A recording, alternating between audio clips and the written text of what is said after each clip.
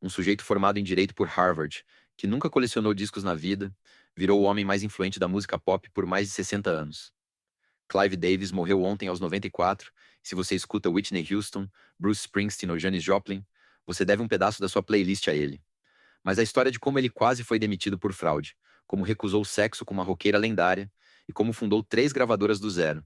Isso é o que ninguém contou no obituário. O advogado que não sabia distinguir um vinil de uma cafeteira acabou definindo o som de quase todo mundo que você ouve até hoje. Clive J. Davis nasceu no Brooklyn em 1932. Pai eletricista, mãe dona de casa. Nada na infância indicava que ele teria um talento absurdo para descobrir o próximo hit. Mas foi exatamente esse cara, que aos 18 anos perdeu os 2 pais no intervalo de 10 meses e foi morar com a irmã no Queens, que definiria o som de gerações. Pois é, a vida dele é mais improvável do que parece. Primeiro porque ele entrou na música por acaso. Depois de Harvard, foi trabalhar no departamento jurídico de uma gravadora. E segundo porque, quando chegou lá, confessou que não sabia nada sobre o que estava fazendo. O ambiente musical não era o destino dele. Foi o acidente que deu certo. E olha que não foi um acidente qualquer. Em menos de uma década, esse advogado que mal distinguia um disco de vinil de uma cafeteira estaria definindo o som da contracultura. Mas entre o acaso e o gênio, teve um festival que virou a chave de tudo. Depois de passar pela Universidade de Nova York e se formar em Direito por Harvard em 1956, Davis foi parar no departamento jurídico da Columbia Records. Ele tinha 28 anos, e segundo o próprio relato ao The Guardian em 2014, não fazia a menor ideia de que entraria na música. He had an early death, no idea that I was ever getting into music, disse ele. Só que em 1967, uma coisa mudou tudo. O amigo Lou Adler, empresário e futuro membro do Rock and Roll Hall of Fame, convenceu Davis a ir ao Monterey Pop Festival na Califórnia. O que ele viu lá? Janis Joplin e Jimi Hendrix no palco, lado a lado, num fim de semana que redefiniu a música ocidental. Nas palavras dele a Rolling Stone, em 2017, era uma revolução cultural, uma revolução social e claramente uma revolução musical. Eu sabia que estava no meio de algo único e profundamente profundo. Na hora, ele assinou com Janis Joplin e a banda Big Brother and the Holding Company para a Columbia. A gravadora, até então focada em trilhas sonoras e música clássica, virou a casa do rock and roll. Davis assinou também com Santana, Sly Stone, Billy Joel, Pink Floyd, Earth, Wind and Fire e Aerosmith. Transformou a Columbia na maior gravadora de rock do planeta. Segundo a Billboard, ele foi o primeiro executivo a entender que rock não era moda passageira, era o novo mainstream.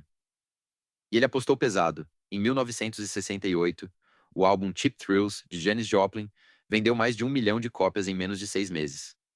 O The Hollywood Reporter lembra que naquele mesmo ano Davis também trouxe Blood, Sweat e Tears para o selo, banda que ganharia o Grammy de álbum do ano em 69. O cara não errava um tiro, e a indústria ainda não tinha visto nada. No auge do poder, no entanto, veio a queda. Em 1973, Davis foi acusado de usar dinheiro da Columbia para pagar itens pessoais, uma viagem para a Jamaica, uma casa em Beverly Hills e até o bar mitzvah do próprio filho.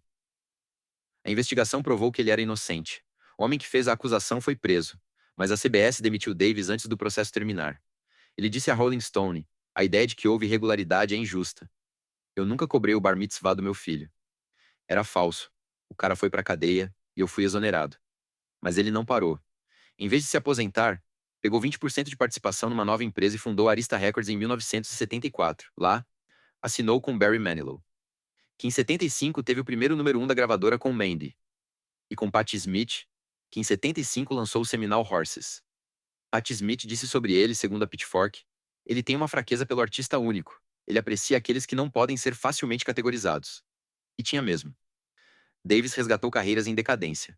Colocou Aretha Franklin e Dionne Warwick de volta no mapa.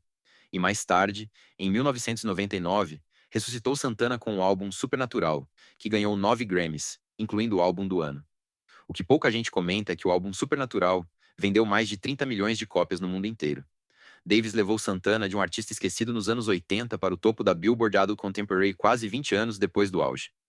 Isso não é golpe de sorte. É visão de mercado com sensibilidade artística. A Pitchfork ainda lembra que a ponte entre Santana e artistas como Rob Thomas e Eric Clapton no disco foi ideia do próprio Davis. Ele entendia de colaborações antes disso virar estratégia de streaming. E o mais curioso, a música Smooth, com Rob Thomas, ficou 12 semanas em primeiro lugar na Billboard Hot 100. 12 semanas. Mas o maior golpe de gênio de Clive Davis veio quando ele ouviu uma garota cantar no coral da igreja. Em 1983, Whitney Houston, prima da artista Dionne Warwick, que já estava na Arista, gravou uma demo. Davis a contratou na hora. O álbum de estreia, auto-intitulado, rendeu 3 hits número 1 na Billboard Hot 100, How Will I Know, Saving All My Love for You e Greatest Love of All. Whitney Houston virou uma das artistas mais vendidas de todos os tempos, com 11 números 1. E aqui está o plot twist que ninguém conta. Davis não era só um executivo bissexual que escondeu a própria identidade por décadas. Em 2013, aos 80 anos, ele lançou a autobiografia The Soundtrack of My Life e revelou ao mundo que era bissexual. Quando perguntado pelo The Guardian se isso era um ato de coragem, ele respondeu: "Não vejo como questão de orgulho, é uma questão de as pessoas aprenderem mais sobre a vida e não terem ideias estereotipadas e rígidas. Pois é, o cara que construiu o som de gerações passou a vida inteira escondendo uma parte de si mesmo num período em que a indústria musical era ferozmente homofóbica. E teve outro momento que os obituários ignoraram. Segundo a Rolling Stone, nos anos 70 uma cantora lendária tentou usar sexo para garantir um contrato com a Arista e Davis recusou educadamente. Ele disse não ao poder que tinha nas mãos. O homem que podia fazer qualquer uma dormir com ele para entrar na indústria simplesmente recusou e manteve a porta aberta só para o talento. E isso é só metade do que ninguém te contou. Toda semana eu volto com um caso desses. No fim, o que define Clive Davis não são os 5 Grammys que ele ganhou, nem a indução ao Rock and Roll Hall of Fame em 2000, nem as 40 mil festas pré-Grammy que ele organizou desde 1976. É o que Bruce Springsteen disse sobre ele no Instagram após a morte. Ele me tratou com o mesmo respeito e gentileza quando eu era um ninguém de 22 anos como depois de todo o meu sucesso. Um grande homem. Essa frase reorganiza tudo. Porque Clive Davis, o advogado que não sabia nada de música, virou arquivista cultural de um século inteiro. Ele não só descobriu talentos, ele deu dignidade a eles. Do rock a soul, do pop ao hip hop, ele construiu pontes entre mundos que não se falavam. Em 2000, fundou o Instituto Clive Davis de Música Gravada na Universidade de Nova York, o primeiro programa de graduação do tipo nos Estados Unidos. Isso muda como você vê a indústria musical, não é só negócio. É alguém que enxergou o talento onde ninguém mais via. O Hollywood Reporter destacou que Davis foi o único executivo na história a fundar 3 grandes gravadoras. Columbia não conta porque ele herdou, mas Arista, JT Records e a Bad Boy Records nasceram da cabeça dele. 3 selos, cada um com um som diferente, cada um dominando uma década diferente. Não existe paralelo na música. E o mais impressionante, a última festa pré-Grammy que ele organizou foi em 2023, aos 91 anos. Ele só parou quando o corpo não deixou. Aos 94, o homem que nunca colecionou discos deixa uma coleção que o mundo inteiro canta. Clive Davis descobriu Janis Joplin no palco de Monterey. Fundou 3 gravadoras: Arista, Bad Boy, Jade Records. E viveu até os 94 anos vendo o mundo inteiro cantar as músicas que ele escolheu. O mesmo homem que recusou o poder fácil e escondeu quem era por décadas.